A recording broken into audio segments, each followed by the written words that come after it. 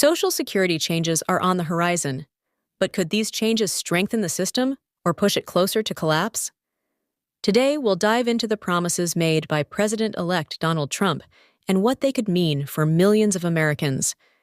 From eliminating taxes on Social Security benefits to proposed cuts that could reduce funding, there's a lot at stake. We'll explore the critical issues behind these changes, what's likely to happen, and the consequences that could affect your future benefits. By the end of this video, you'll have a clearer picture of how these policies might impact you, your finances, and the Social Security system as a whole. But before we get started, don't forget to hit the like button and subscribe to our channel, Financial Area, for more updates on the financial news that matters most to you. Let's jump in. President-elect Donald Trump has made some bold promises when it comes to Social Security. Among his most talked-about proposals is the elimination of taxes on Social Security benefits, which could put more money directly into the pockets of millions of Americans. For many seniors, this would mean a significant increase in monthly payments. Additionally, Trump has suggested eliminating taxes on tips and overtime income. If these changes were implemented, workers could keep more of their earnings, but the consequences for Social Security could be profound. These tax cuts would reduce the amount of money flowing into the Social Security fund, which would likely accelerate the program's path toward insolvency. However, while these promises sound appealing, the real challenge lies in whether they can actually be implemented. Even with the Republicans holding the presidency, Senate, and House of Representatives, there is still a significant obstacle: the numbers. In the Senate, Republicans would need at least 60 votes to pass key legislation, which is a high bar.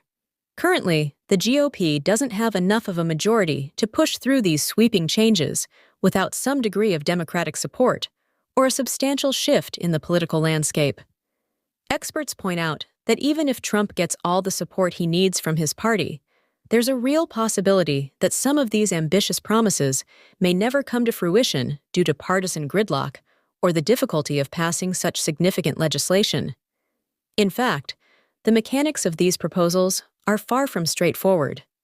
For instance, reducing taxes on Social Security benefits and eliminating other income taxes could create a shortfall in funding.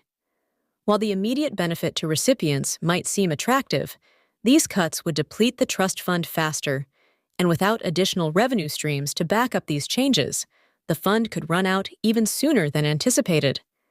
If Trump's full agenda is realized, Social Security would receive less money overall, but that doesn't necessarily mean that the system is better off. In fact, it might mean the opposite.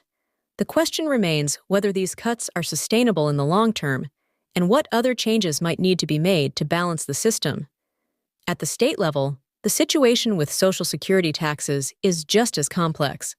While many people focus on the federal tax changes, it's important to remember that each state has its own tax policies, which can significantly affect how Social Security benefits are taxed. As of 2025, a major shift is taking place. 41 states will no longer tax Social Security benefits, providing welcome relief to seniors in those areas. This is a substantial change, especially for retirees in states where Social Security is currently taxed, like Colorado, Connecticut, and Minnesota. On the flip side, there are still 9 states that will continue taxing Social Security benefits, including states like Rhode Island, New Mexico, and West Virginia, though West Virginia plans to phase out this tax by 2026. This state-level variation can create a confusing patchwork of tax laws, especially when recipients live in states with different rules. Even if the federal government decides to exempt Social Security benefits from taxes, seniors in states that still tax these benefits would not see a reduction in their tax burden. The disparities between federal and state tax policies could lead to frustration among retirees who may feel that they are not getting the full benefit of federal promises. Those living in states with no Social Security tax might find themselves in a better financial position, while those in states with continued taxation will still be affected, potentially adding a layer of complexity to any federal changes. On the federal level, the reality is that 40% of Social Security recipients currently pay federal income taxes on their benefits, a situation that Trump's proposal could address by eliminating such taxes altogether. But the question is whether this can be done without jeopardizing the overall funding of the Social Security system. By reducing the revenue coming into the trust fund, Social Security could face even greater financial strain, especially considering the program is already on a path toward insolvency without major adjustments. The proposed tax cuts for Social Security recipients would mean more immediate income for those individuals, but the long-term consequences of cutting taxes on benefits could exacerbate the fund's already looming fiscal crisis. Reducing taxes could potentially speed up the timeline for Social Security's depletion, which currently is predicted to run out of funds by 2034. If Trump's plan to reduce taxes on benefits were implemented, the date of insolvency could be moved up to as early as 2030, further stressing the system. This presents a serious dilemma for lawmakers, who would have to balance immediate relief for seniors with the long-term health of the Social Security Trust Fund. While the debate over Social Security continues to be a central issue, President-elect Trump has other proposals that could indirectly impact the system. One of these is his push for tariffs on foreign goods, including a 10% tariff on certain imports and a 60% tariff on goods from China. These measures are designed to boost U.S. revenue by encouraging domestic production and discouraging foreign competition. If successful, these tariffs could provide an additional source of income for the federal government. This extra revenue could, in theory, be used to help shore up the Social Security system, though the specifics of how that would work remain unclear.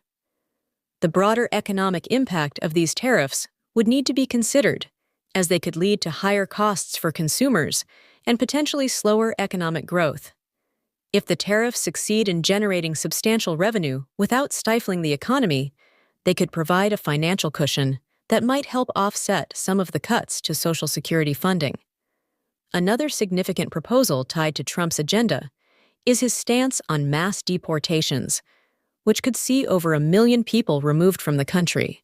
While controversial, this policy is viewed by some as a potential source of fiscal relief. The theory is that by removing a large number of illegal immigrants, the government would no longer need to provide taxpayer-funded services such as healthcare, housing, and education for those individuals. This could free up state and federal resources, which could be redirected towards social programs like Social Security. However, the economic ramifications of such a move are complex.